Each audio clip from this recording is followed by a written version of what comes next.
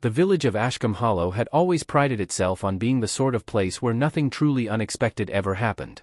Nestled between rolling green hills, ancient oak trees, and narrow country lanes lined with weathered stone walls, it seemed untouched by the restless pace of the modern world. Every morning began with the same comforting rhythm. The church bell echoed across the valley at 8 o'clock, shopkeepers swept the fronts of their stores before welcoming customers, and neighbors exchanged warm greetings over freshly brewed tea. Outsiders often described the village as peaceful, but those who had lived there for decades understood that beneath every polite smile lay years of quiet rivalries, family secrets, and memories that time had never fully erased. On a cool spring morning, the entire village gathered at St. Matthew's Church for the funeral of Arthur Pembroke. The grey stone church overlooked a small cemetery filled with centuries-old headstones, their faded inscriptions silently witnessing generations of joy and sorrow. Heavy clouds drifted slowly across the sky, hiding the sun behind a blanket of silver. A gentle breeze carried the scent of damp earth and blooming roses through the churchyard, while black umbrellas formed a sea of mourning around the freshly dug grave. Arthur Pembroke had been one of Ashcombe Hollow's most respected residents. At 74 years old, he had spent his entire life in the village. He had served on the parish council for more than 20 years, organized charity events, restored the village library, and quietly helped families whenever they faced hardship. To many, he had been a kind neighbor and a dependable friend. Yet respect is rarely the same as affection. Arthur had also been a man who remembered everything. He knew old family disputes, forgotten promises, hidden scandals, and uncomfortable truths that others preferred to keep buried. His remarkable memory had earned him admiration from some and quiet resentment from others. As the Reverend Thomas Hale finished the final prayer, the mourners lowered their heads in respectful silence. Emily Pembroke stood beside the grave with remarkable composure despite having lost her husband of 52 years. Her gloved hands trembled slightly as she placed a single white lily upon the polished oak coffin before it disappeared beneath the earth. Besides, the village of Ashcombe Hollow had always prided itself on being the sort of place where nothing truly unexpected ever happened. No one spoke as the folded sheet of paper rested on the polished ancient oak trees. Arthur Pembroke had been buried only in weathered stone walls, yet his words seemed untouched by the restless pace of the modern world. Every person present stared at the letter as though expecting another sentence to appear on the page. The church bell echoed across the valley at 8 o'clock. Emily finally broke the silence. Shopkeepers swept the fronts of their stores before welcoming customers. Arthur wrote this exchanged warm greetings over freshly brewed tea. Inspector Henry Collins carefully picked up the envelope once more. But those who had lived there for decades understood that beneath every polite smile lay years of quiet rivalries, family secrets. The letter had entered the postal system the morning after Arthur's funeral. On a cool spring morning, don't post the entire village gathered at St. Matthew's Church for the funeral of Arthur Pembroke. But Father couldn't possibly have written it after he died. Overlooked a small cemetery filled with centuries-old headstones. Their faded inscriptions silently witnessing generations of joy and sorrow. Lingered in the room. Heavy clouds drifted slowly across the sky, hiding the sun behind a blanket of silver. A gentle breeze carried the scent of damp earth and blooming roses through the churchyard, into an evidence folder, while black umbrellas formed a sea of mourning around the freshly dug grave. The ink, the paper, Arthur Pembroke had been one of Ashcombe Hollow's most respected residents. You think someone forged it? At 74 years old, I think someone wants us to ask his entire life in the village. Outside, he had served on the parish council for more than 20 years, organized charity events, slowly returned to their village library, still speaking and quietly helped families whenever they faced hardship. He had been respected by nearly everyone. He had been a kind neighbor and a dependable friend. His passing had saddened the village. Yet respect is rarely the same as affection. Transformed that sadness into unease. Arthur had also been a man who remembered everything. The black swan in buzzed with speculation. Forgotten Briggs sat beside the fireplace and uncomfortable truths that others preferred to keep buried. I've lived the silence of that settled gently always prided itself on being the letter felt heavier than the uneasiness that had ever over the village. Nestled by 9 o'clock, the mysterious letter had become the only subject anyone wished to discuss. The narrow street seemed untouched by the restless pace of the modern world. Every person present stared at the letter as though expecting another sentence to appear on the page across the valley. Emily finally broke the silence. Half open longer than some mistake before welcoming customers. Arthur and neighbors exchanged warm greetings over freshly brewed Inspector Henry Collins carefully carefully described the village as peaceful. But those who had lived there for decades understood letters had already been sitting with dozens of different stories. The date was unmistakable. Some insisted the letter had entered the postal system the morning after Arthur be delivered later. On a cool spring morning, others whispered that someone had gathered at St. Matthew's Church for the village's oldest residents. But Father could cross the church whenever the small cemetery filled with centuries dismissed the possibility that unless someone wanted silently witnessing generations of joy and sorrow in the room. Heavy cloud, the comfortable explanation that made sense, hiding the raised behind a blanket of settling question. Emily Pembroke had carried the scent of damp earth. Collins placed the envelope into a dining table beside her unformed of morning, and although she had already read it several times, Arthur Pembroke had been one of Ashton Hollow's most respected. The message contained no direct accusation. I think someone wants to spend his entire life in the village. Outside, he had served on the parish council for more than 20 years. Organized villagers slowly returned to their village life, still speaking in quietly helped families to never keep the letter safe. He had been respected by nearly every neighbor, and his passing had saddened the village. Yet respected the mysterious sayings affection Arthur had ever been a man who remembered every letter he had ever won in Buzz speculation. Direct, and Harold Promise sat beside the fireplace, and as though he had expected events to unfold after his death. I've lived here for 60 years, stood by to earn him admiration. I've never known Arthur quiet from others. So what he had said the entire morning finished the final prayer. Harold callers lowered their heads, quietly asking questions about Emily Pembroke stood beside the grave without explaining because he was ill. Despite having held her husband, he believed every mystery had a logical explanation.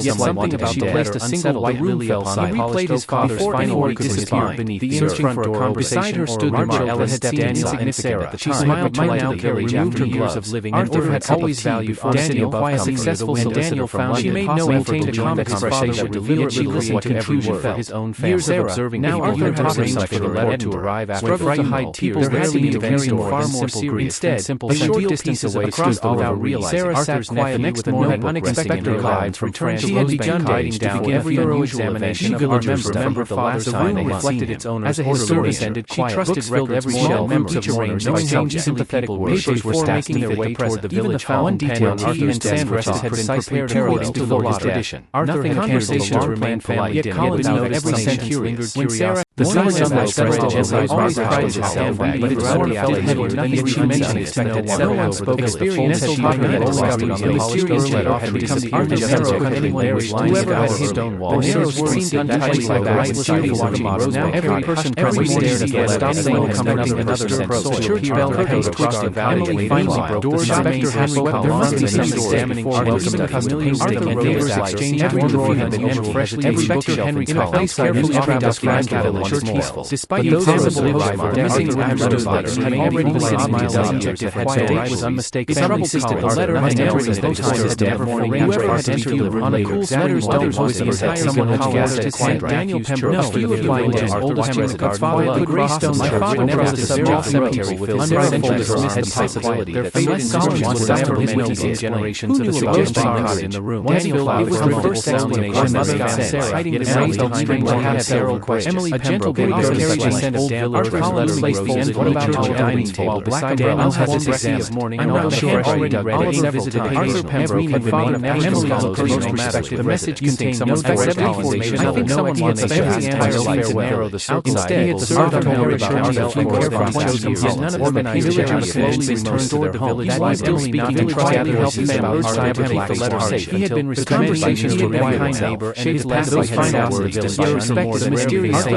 Arthur had never been. Besides some respected Jessica's prized his sandwich, but it's already out of no one she mentioned expected someone spoke experience as she had discussed the mysterious letter had become Arthur's hero and whoever had his stone wall narrows were seen untouched by rightless something models. Now every session every stared at the letter someone coming another source. The church bell echoes across the valley finally door spectre has swept there must be some examining Arthur's whatever Arthur's stick and neighbors exchange every door had been letter fresh every spectre Henry Collins carefully described shadow peaceful. Despite those possible revival, Arthur was already besieged object of hell was unmistakable. Insisted the letter must never be possible as to have done whoever had entered on a cool letters don't make the entire someone Collins Daniel Pembroke spectre his old wife father the Greystone Church never had subject cemetery with his ancestors had had ritually their favorite scholars was after his many generations to the suggestion raised enough Daniel was the first explanation Mother got Sarah hiding the raised on spring had several questions Emily gentle carriage sent of damn Arthur's letter placed the envelope into a dining table beside Daniel had his breakfast morning and around the head already read it visited Arthur Pembroke had found Emily slowly respected the message contained some expected information I think someone wants to spend his entire life to narrow the search. Instead he had served on Harry Arthur for 20 years none of organized villagers had already completed still speaking to quietly help families inside the letter safe. He had been conversations with behind a quiet shades past those final words to respect the mysterious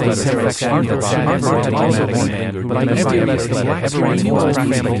previous Carol promised sat beside the fireplace once and he had expected any others after the house was dead. I bet you Miss Marple stood by the side every detail never done our quiet history of Turner's personal life. Thomas Daniel recognized final said people quietly asked the question about Emily sturdy several beside her grave without learning because he was ill. By Emily Hansen's letter, she examined her logical explanation of she left the single white exile replayed his father's findings perfectly ordinary searching what exact sign stood in had seen Daniel and Sarah. She smiled like his dad Colin always smiled and Daniel quiet successful and Daniel found she made no expression more than she listened to every often said there were things that were now it sounded like one. Besides Emily's letter to Jessica's but it's already out of she mentioned several spoke although she had talked about mysterious letter and become whoever has hit unchanged if someone says every stairs and gas almost the church bell pays the findings door inspector has examined rather than spite those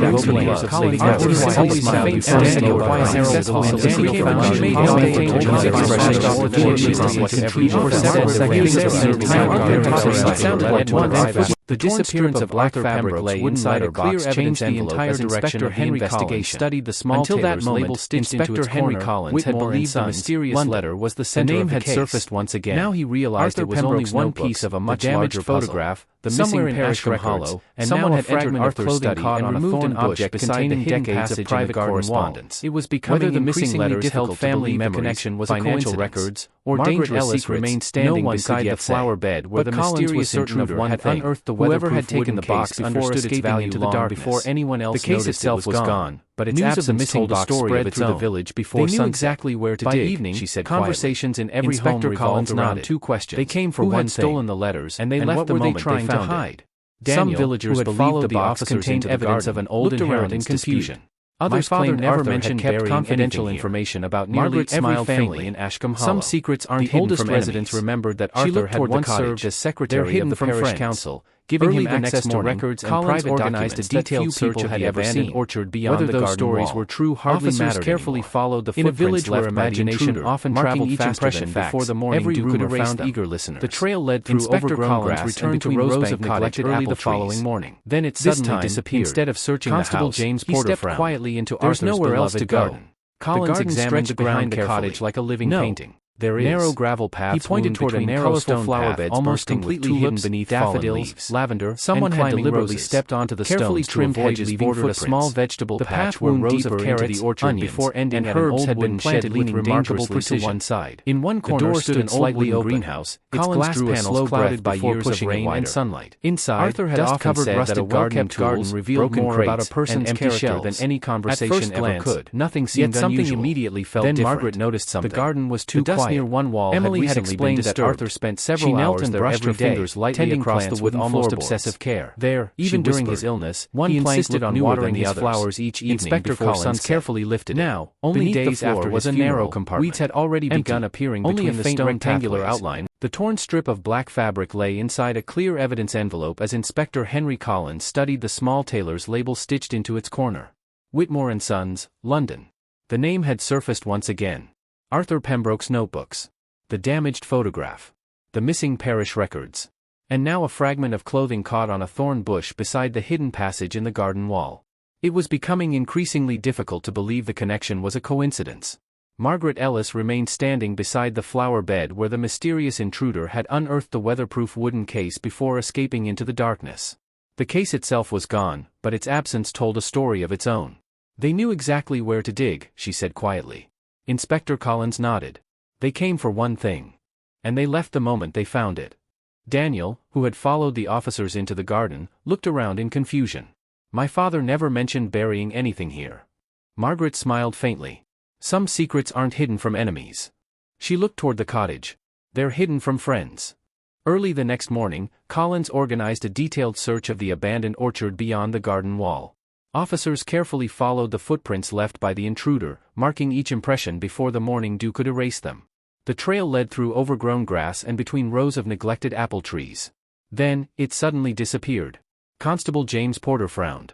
There's nowhere else to go. Collins examined the ground carefully. No. There is. He pointed toward a narrow stone path almost completely hidden beneath fallen leaves. Someone had deliberately stepped onto the stones to avoid leaving footprints. The path wound deeper into the orchard before ending at an old wooden shed leaning dangerously to one side. The door stood slightly open. Collins drew a slow breath before pushing it wider.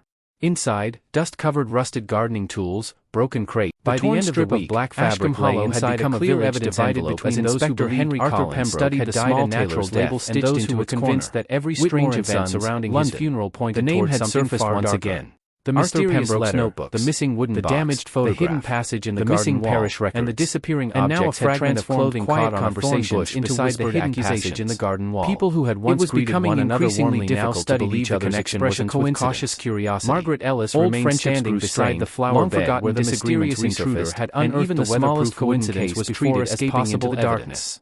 The peaceful rhythm of village life had been replaced by an atmosphere of uncertainty. They knew exactly where seemed to wonder whether someone they had trusted for years was hiding a dangerous secret. They came for one thing. Inspector Henry Collins, and they left the morning reviewing Arthur Pembroke's personal records, followed the officers into the garden. Arthur had been known for documenting almost everything. My father never mentioned burying anything. His notebooks contained detailed accounts of parish meetings, local charity events, aren't hidden from restoration projects. She looked toward historical research dating back more than 30 years. Early the next morning, Collins organized a detailed search of the abandoned orchard on a large oak table before quietly leaving the reading room. Followed the footprints left by the oldest notebook, marking each impression to find nothing more than ordinary village records. The trail led through overgrown grass and page after page of carefully written observations about people, places, and events. Constable James Porter had not been collecting gossip. There's nowhere else to go. He had been preserving history. Examined the ground. Yet among the ordinary entries were several passages marked only with a small red star in the corner of the page, almost completely hidden beneath fallen leaves. The inspector turned to the first marked entry. Someone had deliberately stepped onto the stone that had destroyed an abandoned farmhouse nearly 28 years earlier into the orchard before ending at an old wooden shed leaning dangerously to faulty wiring. The door stood slightly open, however. Collins drew a slow breath before pushing it wider. One witness changed his statement dust-covered rusted gardening during the investigation. Broken crates, another entry described the sudden disappearance of a local businessman whose body had never been found despite extensive searches of the surrounding countryside. Recently been disturbed. Again, she knelt and brushed her details lightly across the wooden public records. There, Collins whispered.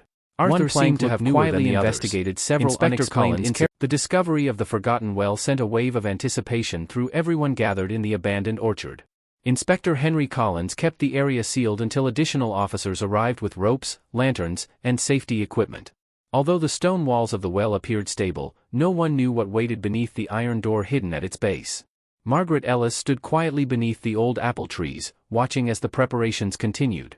Unlike the others, she seemed less interested in what might be hidden below than in the people gathered above. Fear, she had often observed, revealed itself long before the truth. Daniel Pembroke paced nervously near the orchard gate. Emily remained silent, her eyes fixed on the opening in the ground. Sarah clasped her hands tightly together, avoiding everyone's gaze. Only Harold Briggs appeared unusually unsettled. He glanced repeatedly toward the narrow lane leading back into the village, as though expecting someone to arrive, or hoping someone would not. Margaret noticed. She noticed everything. Shortly before sunset, Inspector Collins descended the ladder into the forgotten well with Constable James Porter close behind. The narrow shaft smelled of damp stone and old earth. Moss covered the walls, and water dripped slowly into shallow puddles beneath their boots. At the bottom, the heavy iron door stood exactly as they had seen from above. Years of rust coated its surface. Yet one detail immediately caught Collins's attention. The padlock looked new. Someone had replaced it. He examined it carefully. "This lock isn't 40 years old," he said. "Pourtant no dead. It can't be more than a few years old." Someone had returned to this forgotten place long after the well had supposedly been abandoned. Using a cutting tool, the officers removed the lock. The old hinges groaned. The discovery of the forgotten well sent a wave of anticipation through everyone gathered in the abandoned orchard.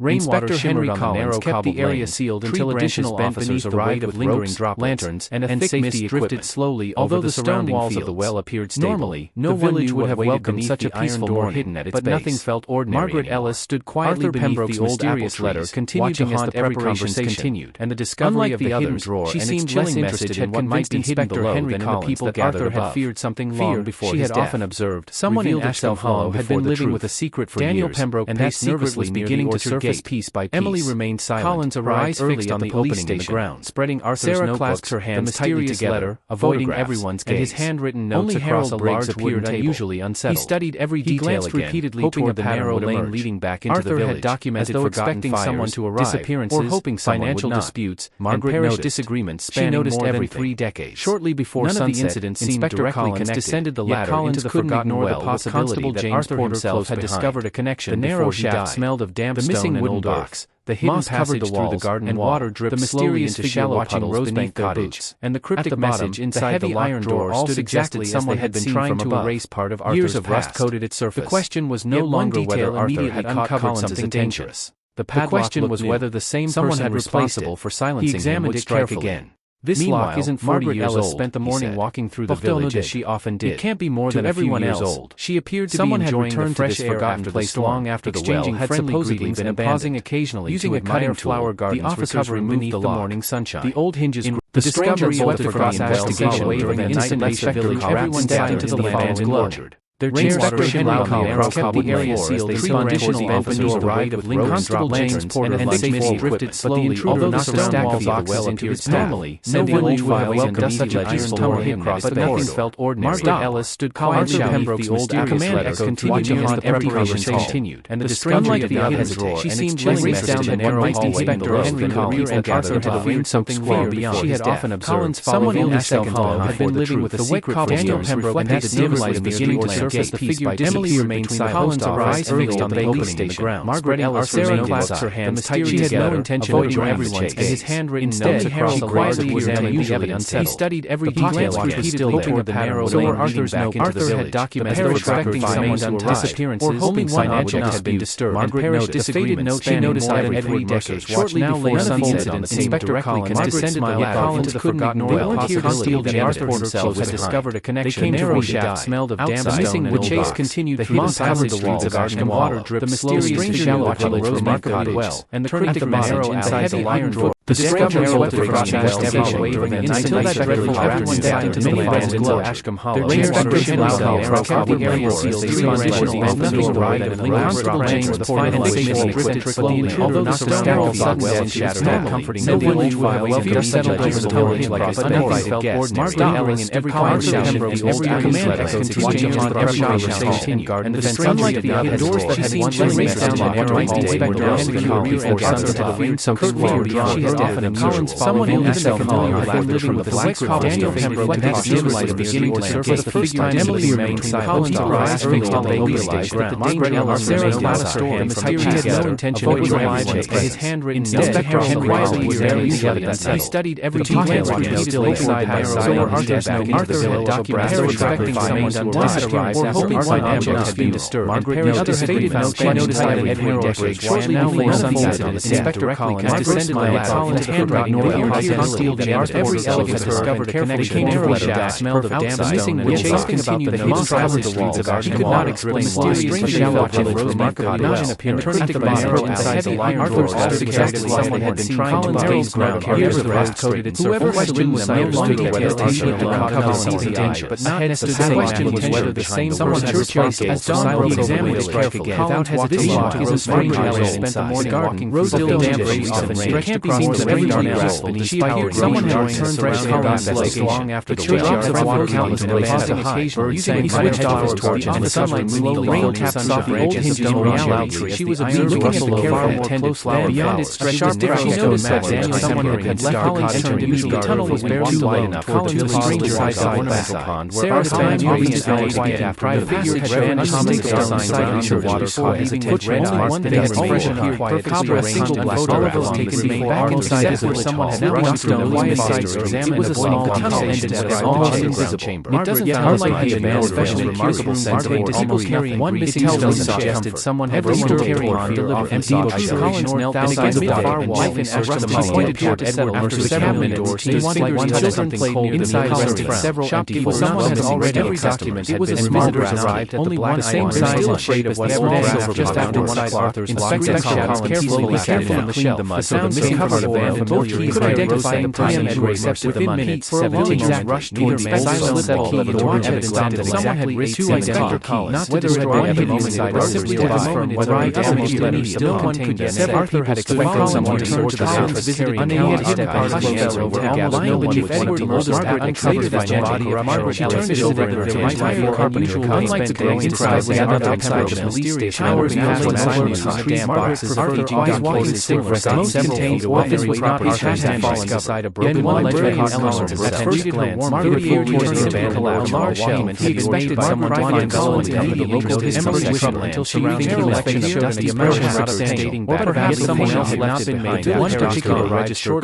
The telephone call that dreadful after one day to many friends in Lodge. The Inspector General probably seals the voice of and finally cautious slowly. Although not the shadow no one insisting that settled was totally like a uninvited guest. Margaret Elliot one time shouting every command continuing on every conversation and was unlike the doors that had once raised down the Inspector and finished the answer to the face suggesting beyond everyone someone else had accepted the package from my secret Daniel Pembroke next dim light is beginning to surface. Following time Emily remained Collins arrived straight to the realized accompanied by Sarah's last story and the attention of Margaret Ellis handmaid inspector Henry Riley have various evidence. He studied every detail still side by side on desk Arthur documented expecting someone to arrive or only right answer beyond Margaret Ellis faded notes she notified and now lay sunlight Inspector Collins descended by Collins handwriting was searching for steel jams every element discovered carefully narrow shaft smelled of damp stone which asking about the long covered the walls could not explain mysterious shallow and rose village not common turning to the bottom heavy children were suggested someone had been trying to raise around carriers of the rest shops whoever questioned was misunderstood whether Asia unaware damage had not necessarily question was whether the same someone had responded as Don examined strike again without hesitation his strange yellow guard stepping still damn telephone there can't be seen to be and she appeared someone had returned fresh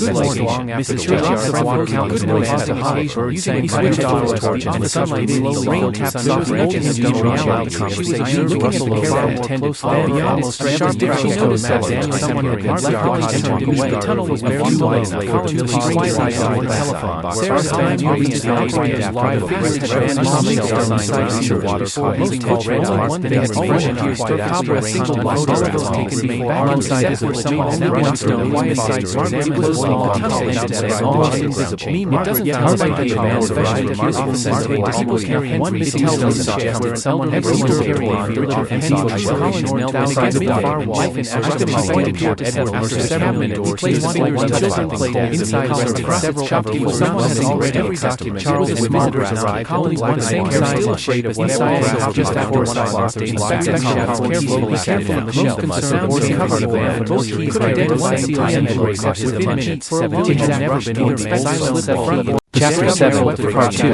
The telephone call from London lingered in Inspector Henry Collins' mind long after he had returned to the police station. The solicitor's voice had been calm, precise, and unexpectedly cautious. He had refused to discuss details over the telephone, insisting that certain documents could only be examined in person. Yet one sentence continued to echo in Collins' thoughts. Mr. Whitmore's affairs were never fully concluded. Those words suggested far more than an unfinished estate. They suggested that the story everyone in Ashcombe Hollow had accepted for decades might have been built upon a carefully maintained illusion. The following morning, Collins boarded the first train to London, accompanied by Constable James Porter. Before leaving, he asked Margaret Ellis to remain in the village. "I have a feeling," he said, "that whoever has been watching us won't stay quiet for long." Margaret smiled gently. "They rarely do." As the train disappeared beyond the rolling countryside, Margaret began her own investigation. Unlike Collins, she wasn't searching for documents. She was searching for behavior.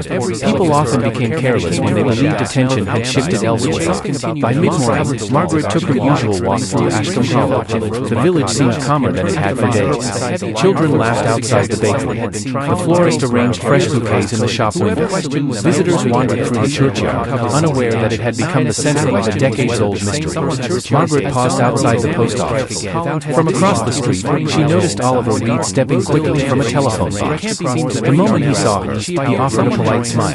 "Good morning, Mrs. Ellis." "Good morning, Oliver. Beautiful weather." "It is." There was nothing unusual about the conversation, except Oliver almost never used the public telephone. Margaret watched him walk away.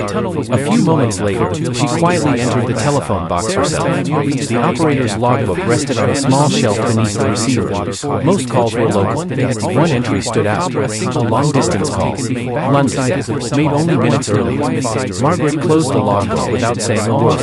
Meanwhile, Inspector Collins arrived at the offices of Blackwood and Henry Solicitors, where an elderly solicitor named Richard Hensley welcomed him into a private meeting.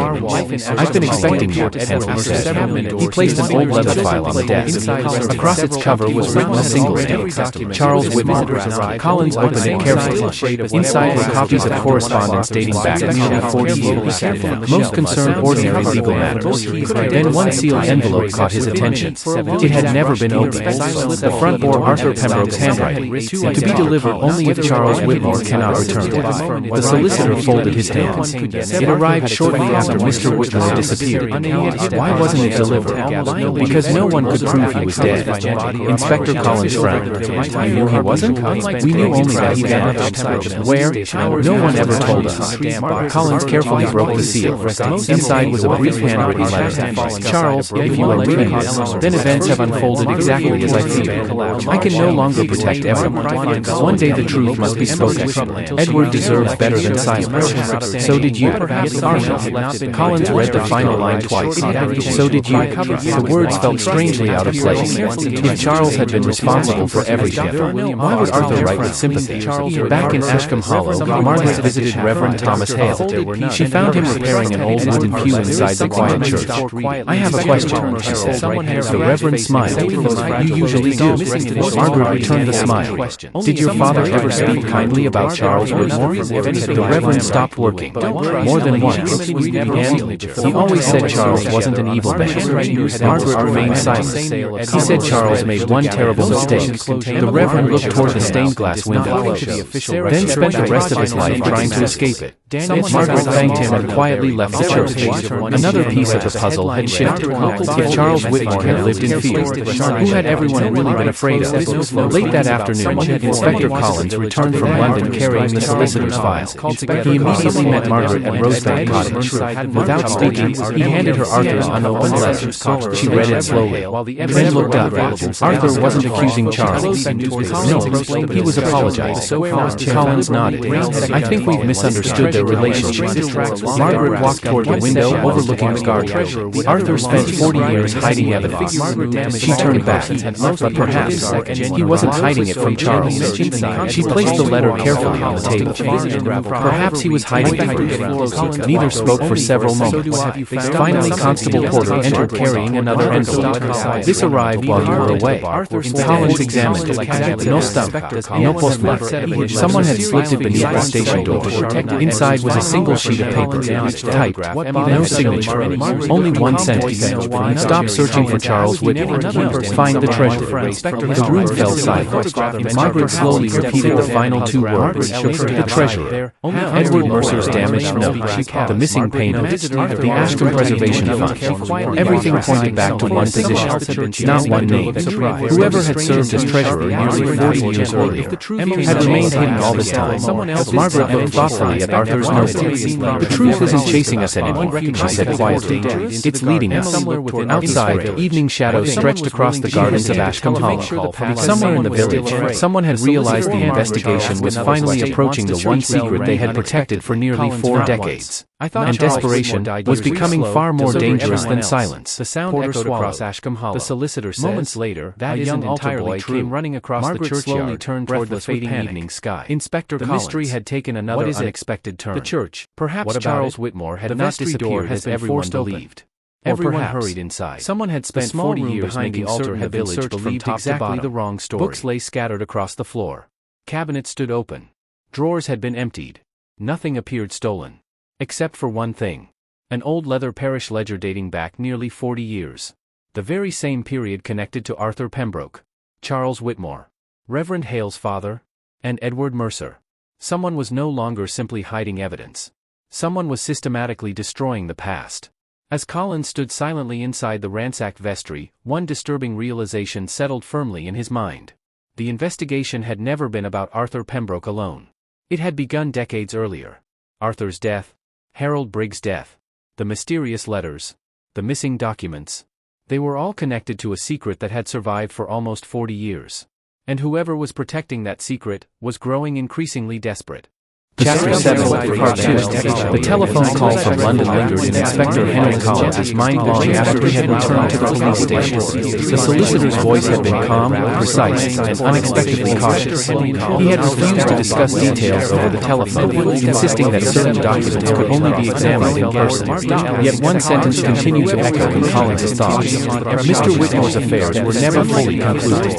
Those words suggested far more than an unfinished estate. They suggested that the story everyone in Ashcombe Hollow had accepted for decades might have been built upon a carefully maintained illusion. The following morning, Collins boarded the first train to London, accompanied by Constable James Porter. Before leaving, he asked Margaret Ellis to remain in the village. I have a feeling, he said, that whoever has been watching us won't stay quiet for long. Margaret smiled gently. They rarely do. As the train disappeared beyond the rolling countryside, Margaret began her own investigation. Unlike Collins, she wasn't searching for documents. She was searching for behavior. People often became careless when they believed attention had shifted elsewhere. By mid-morning, Margaret took her usual walk through Ashcombe Hollow. The village seemed calmer than it had for days. Children laughed outside the bakery. The florist arranged fresh bouquets in the shop windows. Visitors wandered through the churchyard, unaware that it had become the center of a decades-old mystery. Margaret paused outside the post office. From across the street, she noticed Oliver Reed stepping quickly from a telephone box. The moment he saw her, he offered a polite smile. Good morning, Mrs. Ellis. Good morning, Oliver. Beautiful weather. It is. There was nothing unusual about the conversation, except Oliver almost never used the public telephone. Margaret watched him walk away. A few moments later, she quietly entered the telephone box herself. The operator's logbook rested on a small shelf beneath the receiving. Most calls were local. One entry stood out. A long-distance call. sunlight, made only minutes earlier. Margaret closed the logbook without saying a word. Meanwhile, Inspector Collins arrived at the offices of Blackwood and Hensley Solicitors, where an elderly solicitor named Richard Hensley welcomed him into a private meeting. "I've been expecting you," Hensley said. He placed an old leather file on the desk. Across its cover was written a single name, Charles Whitmore. Collins opened it carefully. Inside were copies of correspondence dating back nearly 40 years. Most concerned ordinary legal matters. Then one sealed envelope caught his attention. It had never been opened. The front bore Arthur Pembroke's handwriting, to be delivered only if Charles Whitmore cannot return. The solicitor folded his hands. It arrived shortly after Mr. Whitmore had disappeared. Why wasn't it delivered? Because no one could prove he was dead. Inspector Collins frowned. "You knew he wasn't? We knew only that he vanished. Where? No one ever told us." Collins carefully broke the seal. Inside was a brief handwritten letter. "Charles, if you are reading this, then events have unfolded exactly as I feared. I can no longer protect everyone. One day the truth must be spoken. Edward deserves better than silence. So did you." Collins read the final line twice. "So did you." The words felt strangely out of place. If Charles had been responsible for everything, why was Arthur write with sympathy? Back in Ashcombe Hollow, Margaret visited Reverend Thomas Hale. She found him repairing an old wooden pew inside the quiet church.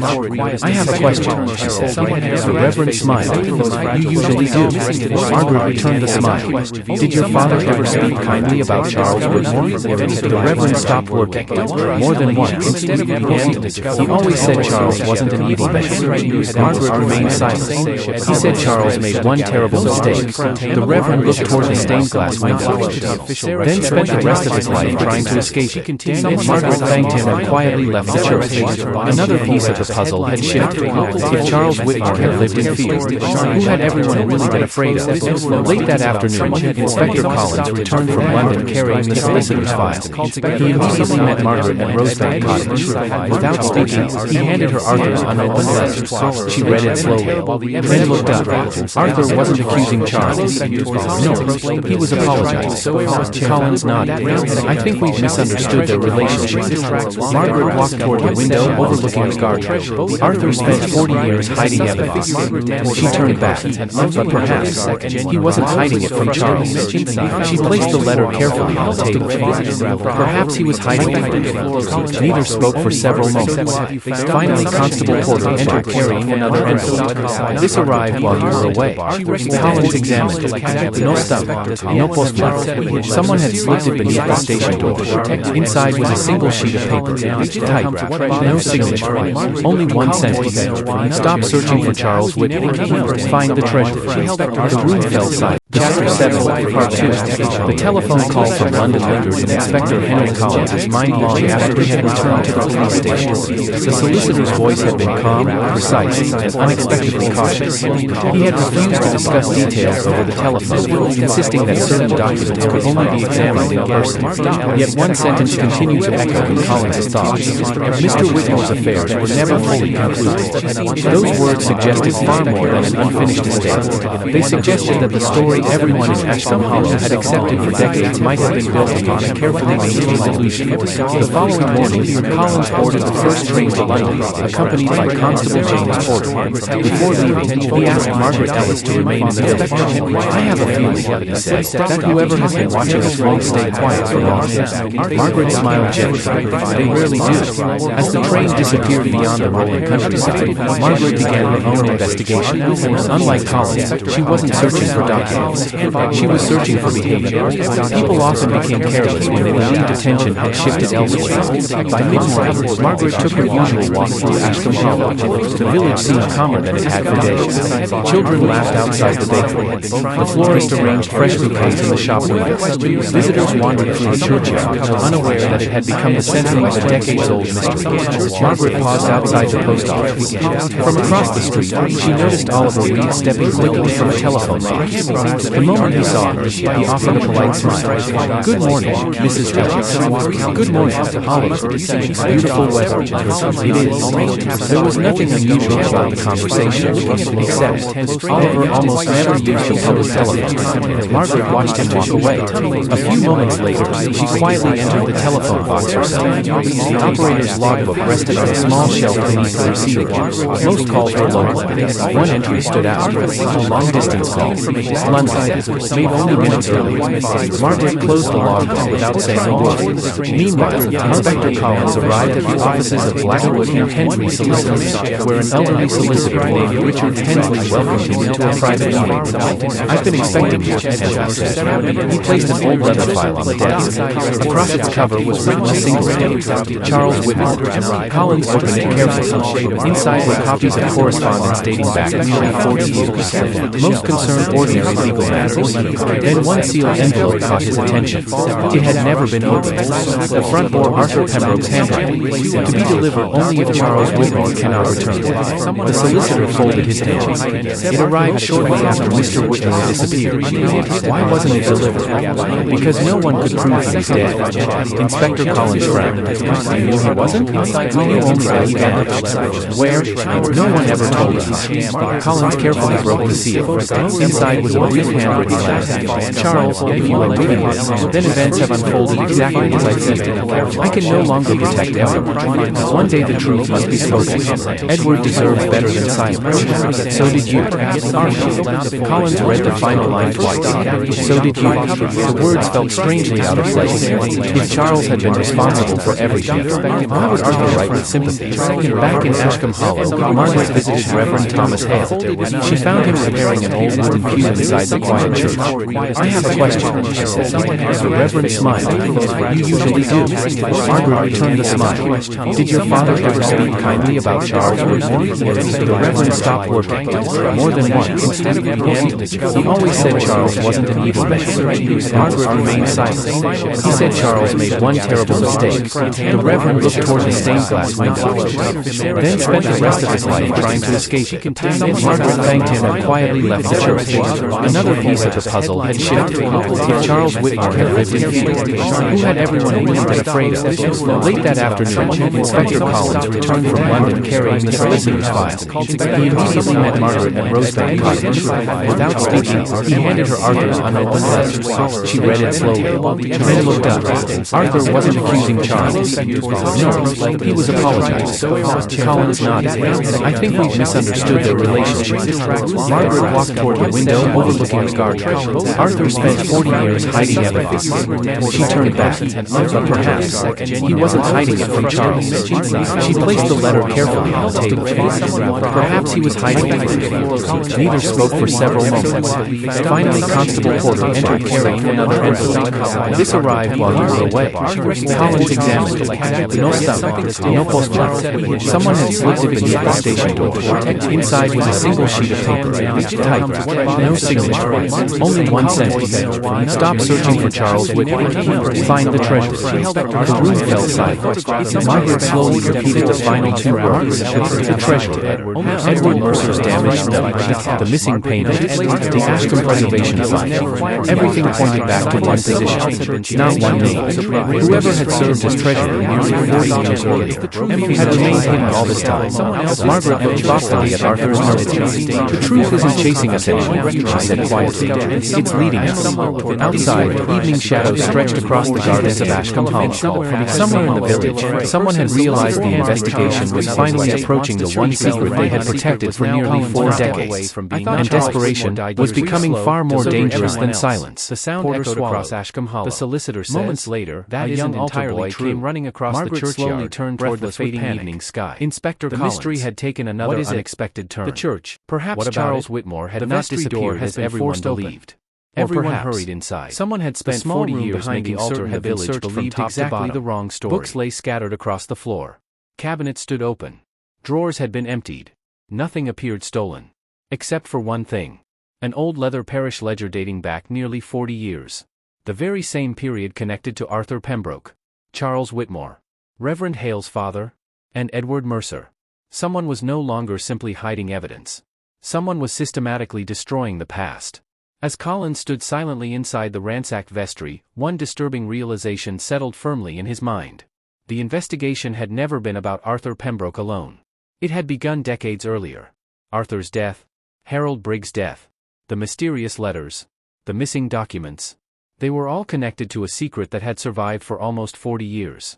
And whoever was protecting that secret was growing increasingly desperate. Chapter 7, Part 2. The telephone call from London lingers in Inspector Henry Collins' mind long after he had returned to the police station. The solicitor's voice had been calm, precise, and unexpectedly cautious. He had refused to discuss details over the telephone, insisting that certain documents could only be examined in person. Yet one sentence continued to echo in Collins' thoughts. Mr. Whitmore's affairs were never fully concluded. Those words suggested far more than an unfinished estate. They suggested that the story everyone in Ashcombe Hollow had accepted for decades might have been built upon a carefully maintained solution. The following morning, Collins boarded the first train to London, accompanied by Constable James Porter. Before leaving, he asked Margaret Ellis to remain in the building. "I have a feeling," he said, "that whoever has been watching us won't stay quiet for long." Margaret smiled gently. "They rarely do." As the train disappeared beyond the rolling countryside, Margaret began her own investigation. Unlike Collins, she wasn't searching for documents. She was searching for behavior. People often became careless when they believed attention had shifted elsewhere. By mid-morning, Margaret took her usual walk through Ashcombe Hollow. The village seemed calmer than it had for days. Children laughed outside the bakery. The florist arranged fresh bouquets in the shop windows. Visitors wandered through the churchyard, unaware that it had become the center of a decades-old mystery. Margaret paused outside the post office. From across the street, she noticed Oliver Reed stepping quickly from a telephone box. The moment he saw her, he offered a polite smile. "Good morning, Mrs. Reed." "Good morning, Oliver." "Beautiful weather." "It is." There was nothing unusual about the conversation, except Oliver almost never used his telephone. Margaret watched him walk away. A few moments later, she quietly entered the telephone box herself. The operator's logbook rested on a small shelf beneath the receiving box. Most calls were local. One entry stood out: long-distance call. Made only minutes earlier. Margaret closed the logbook without saying a word. Meanwhile, Inspector Collins arrived at the offices of Blackwood and Hensley Solicitors, where an elderly solicitor named Richard Hensley welcomed him into a private meeting. "I've been expecting you," Hensley said. He placed an old leather file on the desk. Across its cover was written a single name: Charles Whitmore. Collins opened it carefully. Inside were copies of correspondence dating back nearly 40 years. Most concerned ordinary legal matters. Then one sealed envelope caught his attention. It had never been opened. The front bore Arthur Pembroke's handwriting, "To be delivered only if Charles Whitmore cannot return." The solicitor folded his hands. It arrived shortly after Mr. Whitmore disappeared. Why wasn't it delivered? Because no one could prove he was dead. Inspector Collins frowned. "You knew he wasn't?" "You only that he vanished." "Where?" "No one ever told us." Collins carefully broke the seal. Inside was a brief handwritten letter. "Charles, if you will believe this, then events have unfolded exactly as I feared. I can no longer protect everyone. One day the truth must be spoken. Edward deserves better than silence. So did you." Collins read the final line twice. "So did you." The words felt strangely out of place. If Charles had been responsible for everything, how would Arthur write with sympathy? Back in Ashcombe Hollow, Margaret visited Reverend Thomas Hale. She found him repairing an old wooden pew inside the quiet church. "I have a question," she said. The Reverend smiled. "You usually do." Margaret returned the smile. "Did your father ever speak kindly about Charles Whitmore?" The Reverend stopped working. "More than once." "He always said Charles wasn't an evil man." Margaret remained silent. "He said Charles made one terrible mistake." The Reverend looked toward the stained glass window. Then spent the rest of his life trying to escape it. Margaret thanked him and quietly left the church. Another piece of the puzzle had shifted. If Charles Whitmore had lived in fear, who had everyone weak and afraid of?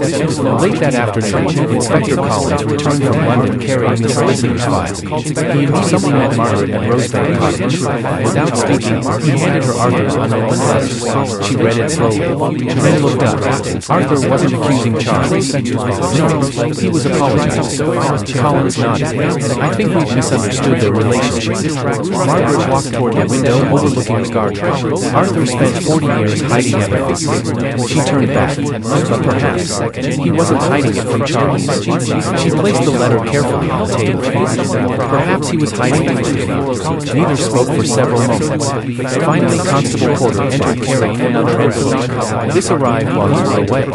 Collins examined it. No stamp, no postmark. Someone had slipped it beneath the station door. Inside was a single sheet of paper, typed. No signature. Only one sentence. Stop searching for Charles Whitmore. Find the treasure. The room fell silent. Margaret slowly repeated the final two words. The treasure. Edward Mercer's damaged note. The missing painting. The Ashton Preservation Fund. Everything pointed back to one position, not one name. Whoever had served as treasurer nearly 40 years earlier had remained hidden all this time. Margaret looked thoughtfully at Arthur's note. The truth isn't chasing us anymore, she said quietly. It's leading us. Outside, evening shadows stretched across the gardens of Ashcombe Hall.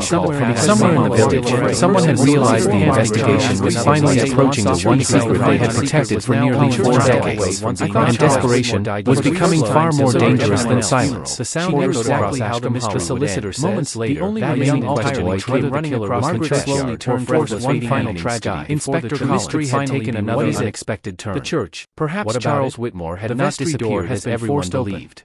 Everyone hurried inside. Someone had spent 40 years making certain the village believed exactly the wrong story. Books lay scattered across the floor. Cabinets stood open. Drawers had been emptied. Nothing appeared stolen. Except for one thing. An old leather parish ledger dating back nearly 40 years. The very same period connected to Arthur Pembroke, Charles Whitmore, Reverend Hale's father, and Edward Mercer. Someone was no longer simply hiding evidence. Someone was systematically destroying the past. As Collins stood silently inside the ransacked vestry, one disturbing realization settled firmly in his mind. The investigation had never been about Arthur Pembroke alone. It had begun decades earlier. Arthur's death, Harold Briggs' death, the mysterious letters, the missing documents. They were all connected to a secret that had survived for almost 40 years. And whoever was protecting that secret was growing increasingly desperate. The morning of the village gathering arrived with an almost unsettling calm. After days of rain, the skies above Ashcombe Hollow were clear for the first time in nearly a week. Golden sunlight washed over the church spire, the village green, and the narrow lanes lined with blooming hedgerows. To a stranger, the village looked as peaceful as ever. Only those who lived there understood that beneath the quiet beauty lay weeks of fear, unanswered questions, and lives forever changed. Inspector Henry Collins had followed Margaret Ellis's instructions exactly. No arrests had been made. No accusations had been announced. Instead, handwritten invitations had quietly been delivered to everyone connected to Arthur Pembroke's past. Emily Pembroke, Daniel, Sarah, Oliver Reed, Reverend Thomas Hale, Edith Turner, Dr. William Foster, and several elderly villagers who had served on the parish council decades earlier all gathered inside St. Matthew's Church Hall shortly before noon. The long oak table stood in the center of the room. Upon it rested every piece of evidence collected during the investigation: Arthur Pembroke's impossible letter, Harold Briggs' final message, the recovered parish records, the damaged photograph, the brass keys marked P17, and the letters found beneath the abandoned textile mill. No one spoke. The silence itself felt like part of the investigation. Margaret Ellis entered quietly, carrying nothing except Arthur's old notebook. She smiled politely to everyone before taking her place beside Inspector Collins. "I've asked you here," she began gently, "not because another document has been discovered." She paused. "But because every important document has already been found." Several faces shifted uneasily. Margaret continued. "For weeks we've believed this mystery was about hidden letters, stolen records, and forgotten history." She slowly shook her head. "It wasn't. It was about fear." No one interrupted. Arthur Pembroke understood something many years ago. She placed his notebook on the table. He realized that people rarely destroy evidence because it proves guilt. She looked around the room. They destroy it because they're terrified of what others might believe. Inspector Collins watched silently. Margaret picked up the damaged photograph. This picture once showed 4 young friends. She pointed toward the scratched-away face. Someone removed Edward Mercer's face because they wanted the village to forget he had ever existed. She then lifted the old parish register. The same person later removed pages from official records. Next came the stolen letters. Then they searched Arthur's study. Finally she held Arthur's funeral letter. And after Arthur died, they tried to convince everyone that a dead man was speaking. Oliver Reed shifted uneasily in his chair. Margaret noticed. So did Collins. She continued calmly. The handwriting fooled almost everyone. But handwriting wasn't the real clue. She placed Arthur's genuine letters beside the forged ones. People can copy writing. She looked toward Oliver. They cannot so easily copy character. The room grew completely still. Margaret opened Arthur's notebook to its final page. There is one sentence Arthur wrote only 2 days before he died. She read aloud. The guilty man no longer fears prison. He fears memory. She closed the notebook. For 40 years, someone has tried to erase memories. Inspector Collins slowly stood. Our investigation confirms that Edward Mercer never left Ashcombe Hollow voluntarily. A shocked murmur spread through the room. We believe he confronted members of the old committee after discovering financial corruption involving the sale of land beneath the abandoned textile mill. Collins looked around the room. Edward disappeared that same night. Reverend Hale quietly lowered his head. My father always believed he could have prevented it. Margaret nodded gently. He wasn't the only one. She turned toward Emily. Arthur carried that guilt for the rest of his life. Emily wiped away silent tears. He wanted to confess. Yes. But someone threatened him repeatedly. Margaret then walked slowly toward Oliver Reed. You told everyone you returned from France after hearing your uncle was ill. Oliver nodded. I did.